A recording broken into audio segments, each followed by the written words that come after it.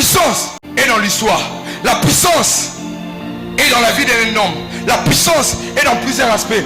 Mais notre puissance aujourd'hui se cache en Christ et Jésus. Notre puissance, on ne le prend pas. On ne prend pas les bateaux. On frappe la mer, se divise en deux.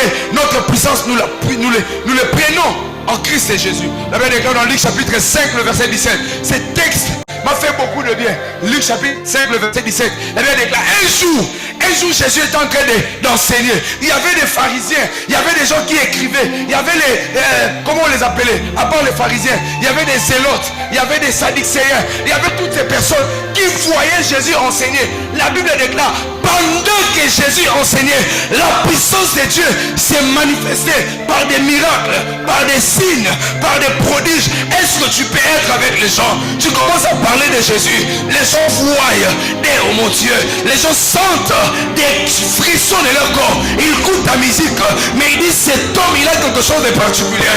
Ils te voient au protocole, mais ils se disent cette soeur a une puissance particulière. Dieu m'a envoyé pour te dire, dans le jour qui arrive, dans ce que tu fais, la puissance de Dieu sera manifestée. Dieu va déployer sa puissance. Dieu va déployer sa puissance. Dieu va déployer sa puissance dans ta vie. Dans ce que tu fais, la puissance, nous implorons la puissance de Dieu dans nos activités, dans nos programmes. Tu ne prêcheras pas et tu descends sans qu'il y ait un témoignage. La Bible déclare, l'apôtre Paul disait, mon message ne se loge pas, ne s'assoit pas, ne reste pas dans les discours persuasifs, mais par la démonstration de la puissance. Dans ce que tu fais, il ne faut pas qu'il y ait que des discours. Dans ce que tu dis, il ne faut pas qu'il y ait que des français. Dans ce que tu dis, il faut qu'il y ait la puissance. Il faut qu'il y ait la puissance. Il faut qu'il y ait la puissance.